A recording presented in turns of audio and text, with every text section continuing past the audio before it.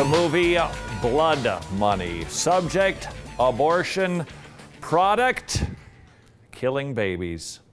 Abortion is a skillfully marketed product sold to a very frightened person in crisis.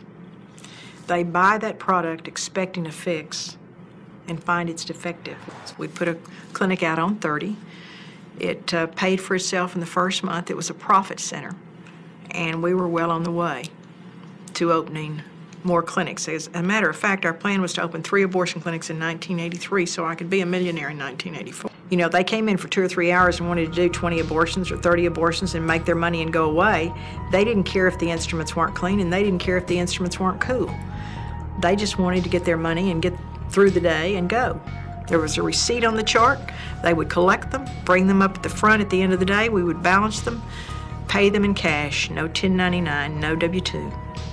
But I'm certain people killing babies for a living probably reported it to IRS, don't you think? We knew how many people, how many calls they got, and what their percentage of completion was. And their raises were based on the percentage of completed abortions. And they got bonuses, and very quickly it was no longer about selling abortions to other women, it was about money. I saw the potential to make great money. I answered the phone at home at night so we wouldn't miss an abortion. Ugh. What does it profit a man or woman if he gains the whole world and loses his soul?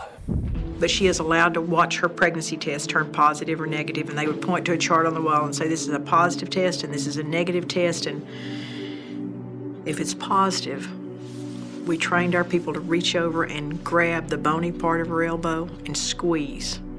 And you see, she's confused, she's hurting, she's just gotten this news that she's pregnant, and she's upset. So you grab the bony part of her elbow and squeeze to get her attention and say, if you have your money, we can take care of this right now. We knew if she went home and talked about it, her support system might help her and might tell her abortion wasn't the answer, but if she just did it right then, it was taken care of. But a certain percentage of those pregnancy tests are negative. They're not all positive. And remember, it costs the same amount of money to get a non-pregnant one in as it does a pregnant one. So if her test was negative, we had a different sales technique. We said, this test is negative. But you know, this test is not sensitive enough to pick up a very early pregnancy. You could still be pregnant and this test would be negative. And you want to know for sure today, don't you? And she would say yes, and we'd say, okay, we have another test we can do. We will just do this sonogram. And we put her on that table as I could put any man, woman, or child on that table. And I could find a pregnancy. You see, all you have to do is find a blob, and everyone's abdomen has a blob. And this girl doesn't know what a pregnant uterus looks like versus a negative one, so you just find a little blob in the abdomen. You flip it around and say, see there it is, you're pregnant. She's shocked. You grab the bony part of her elbow and say, if you have your money, we can just take care of it. Blood money.